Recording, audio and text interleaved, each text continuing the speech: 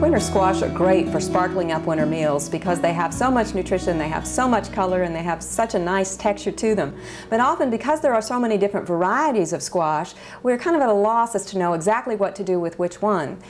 Fortunately, many of them are interchangeable in recipes if you know what kind you got and where you're starting. We're going to divide them into three basic categories, small, medium, and large, and look at the different ones that come in each one. And then if you know you have one that fits that category, you'll have a pretty good feel of what you can do with it. In the small grouping, we have the mini pumpkin and the acorn squash, and there are other varieties that fit here too, but these are the ones I've got for you to look at today. Now these fit in the small category not because they have a small physical size of the squash, but because the thickness of the meaty part of the squash is smaller or thinner than in some of the other varieties. Here you'll have the thickness of that meatiness being anywhere between 3/8 and 3/4 of an inch thick.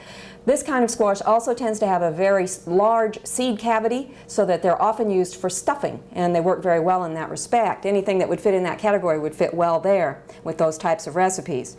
This would be the medium-sized squash, and here we have a pumpkin, looks like your ordinary jack-o'-lantern, but this is actually a pie pumpkin, so that it has a better texture, a smoother texture, and will work for pies as opposed to the typical jack-o'-lantern pumpkin, which is much too stringy and doesn't work very well.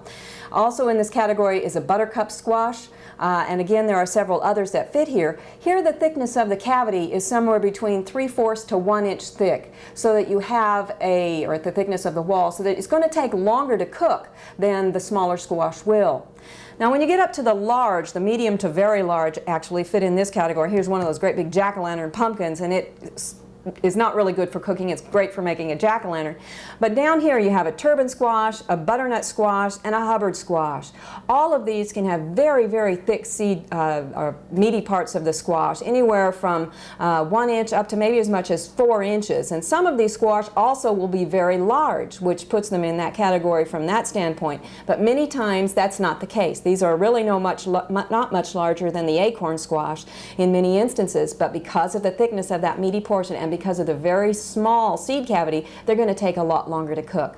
Now most of these squash can be cooked in the traditional methods, which would be steaming, baking, boiling, microwaving. All of them will fit that way. What we're going to do today is something a little bit different, and I'm going to use the butternut squash. We're going to stir fry. Now normally this is going to take longer to cook because it's got that very meaty portion to it, and with the top of it not having any cavity at all. But we've cut it into very small pieces, so we're going to be able to stir fry it, and that's the same with any kind of stir fry. I've got 2 tablespoons of cooking oil, and mixed in with that I've also added a teaspoon of sesame oil, which you can use. You may want to use a walnut oil or some other type, but something to give it a little bit of perky flavor to it. Now also to that I've got 1 pound squash that I've cut into small pieces. Now this one, normally the larger squash don't peel that well before they're cooked, and so usually we recommend that you cook them and then scrape the meaty part of the squash out and use that in various ways. But the butternut squash does slice very well, and you can use it quite simply that way. Now to this we're going to add a clove of garlic and about a half a teaspoon of fresh ginger that's been grated. So you can imagine this is really going to have a great smell to it, and I've enjoyed just being in the kitchen with this today. Now this we would stir fry for approximately 3 minutes, and that will give us some tenderness in the squash, but it won't be all the way tender because we are going to do some additional cooking with that. Now for spareness of time, I'm just going to stir these together. Remember, this would cook for about 3 minutes on high, either in a fry pan or a wok. To that we're going to add about a cup of broccoli florets, a half a cup of bias sliced celery, and about a half of a small onion that we've separated into rings. And again, stir fry those together for another 3.5 to 4 minutes, somewhere in that area, just so that they're at the crisp, tender stage.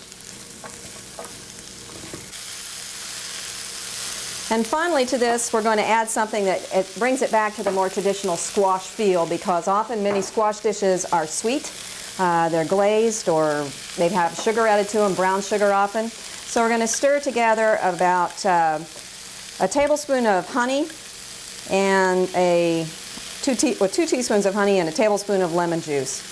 And we'll stir this in on this, and that'll give it some of that traditional feel. Stir that together, and the final touch will be to sprinkle some sunflower seeds over the top of it. Now, if you've been real energetic and you've had some other squash during the year and you have some squash seeds left, you may want to go ahead and use squash seeds. We're just going to go ahead and sprinkle it with a little bit of sunflower seed and give it a little bit of nutty flavor and a little bit of saltiness in this case. And that's it. You serve this with maybe a small portion of meat and maybe a red vegetable, maybe some red pepper strips or something along that line, and you've got a very, very good meal that's very high in nutrition, fairly low in fat because we haven't used very much adding it to it. And something I think most people will be surprised, hey, this is squash? For Oklahoma Gardening, this is Barbara Brown. We hope you enjoyed this video. It's part of our OK Gardening Classics YouTube channel. You can also find more recent videos on our Oklahoma Gardening YouTube channel. And join us on social media for great gardening tips, photos, and discussion.